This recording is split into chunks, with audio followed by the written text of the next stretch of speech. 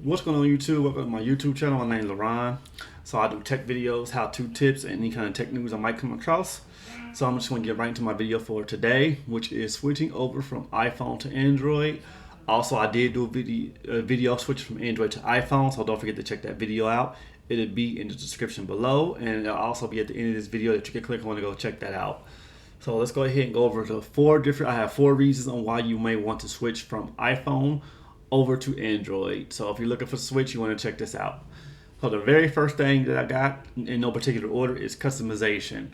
So Android is open source, and what that means is the platform is very open and it's very customizable, and you can pretty much do what you want to do with it. You can pretty much do almost anything with the phone. If you don't like how your icons look, you don't like your home screen, you can download new icons from the Google Play Store. If you don't like your home screen, you can download a new app home launcher. And if you want to, if you're coming from an iPhone over to Android, you can even download the iPhone home launcher. It'll make your Android phone look just like an iPhone. So yeah, there's several different things that you can use on Android phones. So, and also, Apple has made some recent updates where you can customize the iPhone a little bit more, but I still feel like it's lagging behind Android. It's still closed off quite a bit, but they are improving. They are getting a little bit better. So, the next thing I got is SD card storage. Now, this is not as big as a deal as it used to be because more and more Android manufacturers are starting to eliminate the SD card slot, which is something I'm disappointed with because I love still using SD card support because I don't necessarily like backing up everything to the cloud because sometimes everything doesn't back up.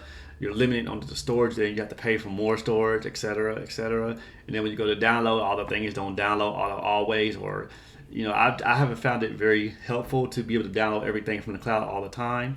So I still do like using SD card because when I get a new phone, I just take the SD card out and pop it in the next phone, and all my photos, videos are there, and boom, they're done. Not much of a hassle at all. So, but everything is moving over to the cloud. So more Android manufacturers are starting to eliminate the SD card storage, but there are still some phones that you can get SD card storage on, so you can buy an SD card for extra storage. The only phone I ever had that didn't have SD card support was the Nexus 6, and it had 32 gigabytes of storage, and I managed with it pretty well. But I went back to a phone with SD card support after that. The phone I'm using right now is still a Samsung Galaxy Note 8, still one of the great, still a great phone. I actually got this phone from my wife when she upgraded to the Note 10 Plus. She had one of the new phones, so she got the new phone. I just took her old phone, and it's been fine for me. So I love it. Still works great. Still runs pretty responsive. Still runs fast. Still has a great camera. So I'll probably keep using this phone until the die that goes out. I don't plan on upgrading anytime soon to another new phone because this one, it just works. And I have a 400 gigabyte SD card in it. So I store all my photos and videos on the SD card, so it frees up my space on my Android phone. So the phone only has 64 gigabytes of storage. So I added an additional 400 gigabytes with the SD card, which gives me a total of 464 gigabytes, which is great. And so I also use it along with Google Photos, OneDrive, Amazon Photos. So I like to back up multiple places. That way, if one backup or something happens to one backup, I have another backup just in case. But as I said, with cloud storage, it does have its limitations and downfalls. So that's why I still love SD card support. The third thing is variety. There are all kinds of Android phones that you can get from several different manufacturers. There's too many to name, but the big ones are Samsung. I would say LG, but LG is going to stop making phones soon. I don't know when, but they announced that they will no longer be making cell phones. So I wouldn't recommend buying an LG phone anymore because who knows when the support's going to end on those LG phones. But so the big ones are Samsung, Motorola, OnePlus. And so I'm trying to think if there's any other big Android manufacturers, but those are the big ones. Samsung, Motorola. I wouldn't even say really Motorola because they still make mid-range phones, kind of, but they're still a big name. They still make some decent phones. So I would say Samsung is probably the biggest Android manufacturer. But with that being said, so with Apple, it's only Apple. That's it. You can only buy an iPhone through Apple only, and Apple is the only manufacturer of iPhones. And right now, the cheapest iPhone 12, which is their newest phone, is the iPhone 12 mini, and that's $699 or $700. And if you want a phone that's cheaper than that, you have to go for the iPhone SE, which is $399 or $400. And you can also get iPhone 11, iPhone 10s for lower prices than that, refurbished phones, new phones, or whatever the case might be, certified like new, whatever you want to call it. But for the new phones, this is what you're going to pay for a brand new iPhone if you want the latest model. So, but that's the cheapest you're going to get is $399 for an iPhone, unless you're buying a last year's model or prior year's models. So, but you can also buy from Amazon, eBay, or any third party. But for Android, you can get an Android phone for under $400, even half of $400. You can get a brand new Android phone for as low as in the range of, I would say, 150 to 250. I even seen some for 99 bucks. Now keep in mind that if you do buy a phone in that price range, these are low budget phones, so don't be expecting to get all the bells and whistles on the features of a flagship phone like a Samsung Galaxy S21 or Note 20 phone. So if you do buy a low budget phone or a mid range phone like that, you get what you pay for. So that's all I'm gonna say about that. But if you don't really care about having all the latest and greatest, the new features and all the bells and whistles, then a low end or mid range phone will work just fine for you. Um, so you can even buy them unlocked directly from the manufacturer. So if you don't want to go through your carrier or you don't want to be on a device payment plan or a contract or anything like that, or if you just don't want to buy them from a carrier, you can always buy them directly from the manufacturer. Like you can buy a Motorola phone directly from Motorola. You can even buy a Samsung phone from Samsung or a OnePlus phone from OnePlus directly, and you can get them unlocked. So keep in mind though, if you do buy an unlocked phone, check with the carrier first. That way, to be sure they can activate on their network, because not all phones are compatible with all carriers. So if you go out and you buy an unlocked phone and the carrier doesn't support it, then you just got to pay per wait and you won't be able to activate phone with that particular carrier. So you want to check with your carrier first. They usually have websites you go on and you can punch in the model and manufacturer, and it'll tell you if they can activate it with their network or not, or you just call them up, whatever you want to do. And the fourth thing is notifications. Now, Apple does have notifications as well, but I still think notifications are a little bit better handled on Android than on iPhones. Google, they organize them by app, and if you get multiple locations for one app, you just go in, tap on it, and you believe you can do this on iPhone as well. But I just like, personally, in my personal opinion, I just like the notifications on Apple. I mean, not Apple, but Android phones a bit better. You may like them on iPhones better, but I just prefer them on Android phones. A lot better job, and I think Android still does a better job with notifications. Like you can respond to text messages. If you get a text message, you can respond to it in that notification without even having to open up your text app, which is pretty cool.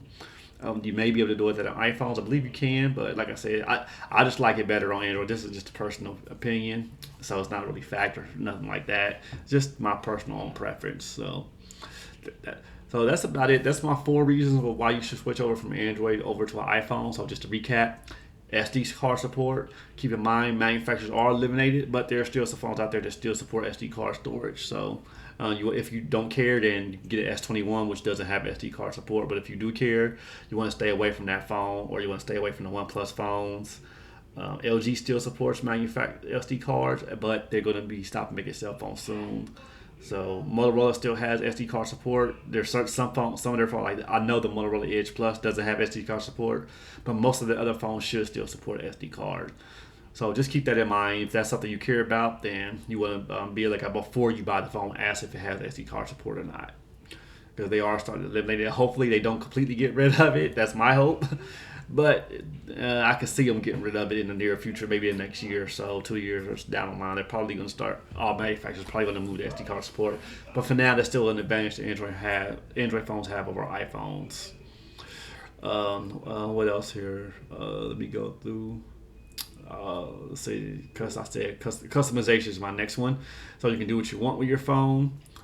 It's open source, so you can download any kind of app. You can even sideload apps on Android phones from other marketplaces, which brings me to my next point. If you don't know, Epic is actually going through a lawsuit with Apple right now, because Apple will not let you download apps from other than the App Store. But on Android, you can. You can download from the Amazon Marketplace. You can download other marketplaces onto your Android phone. I actually just did it yesterday, because I just found out there's a Devil May Cry mobile game coming out, and I wanted to try it out. So I went and downloaded it, but it was all in Japanese. It's a Japanese app only, so I uninstalled it because I couldn't even read it. But that's something that's possible on Android phones. Like, keep in mind, if you do download from third-party sources, then that also opens the door for virus, malware, and all that type of stuff. But if you don't really care, or you know what you're doing, and you want to experiment a little bit, the option is there for you to do that on an Android phone versus on an iPhone. So just be careful with that, though, if you do it. I haven't had any problems, but like I said, I know what I'm doing. So if I don't like it, I just go in and uninstall it. And I said the last thing is variety of choices for Android phones. You don't have to buy from the big manufacturers, Samsung, LG, Motorola, and OnePlus. There are several. There's something called Blue, a company called Blue. You can get phones from them. Another one, I think there's another Chinese manufacturer called Oppo. There's just so many Android manufacturers, so you have tons of options with Android phones. And the last thing is cost. Like I said, the lowest end new iPhone is $400, iPhone SE, but you could definitely get an Android phone for below $300, like I said, in the 150 to 250 range. So that's a huge advantage. But like I said earlier, keep in mind when you do buy those low budget phones, you're not going to get all the high end features, the best camera, the best of everything on those low budget phones. But if you don't care about having the latest grade, so you just want a phone to try out to get through, or if you just want to try the Android phone, then you can go ahead and do that well, get you a low budget phone and just see how it works out for you before you just make the complete jump. So overall, I would say both Apple and Android are pretty much about even now. In the past, it was like night and day.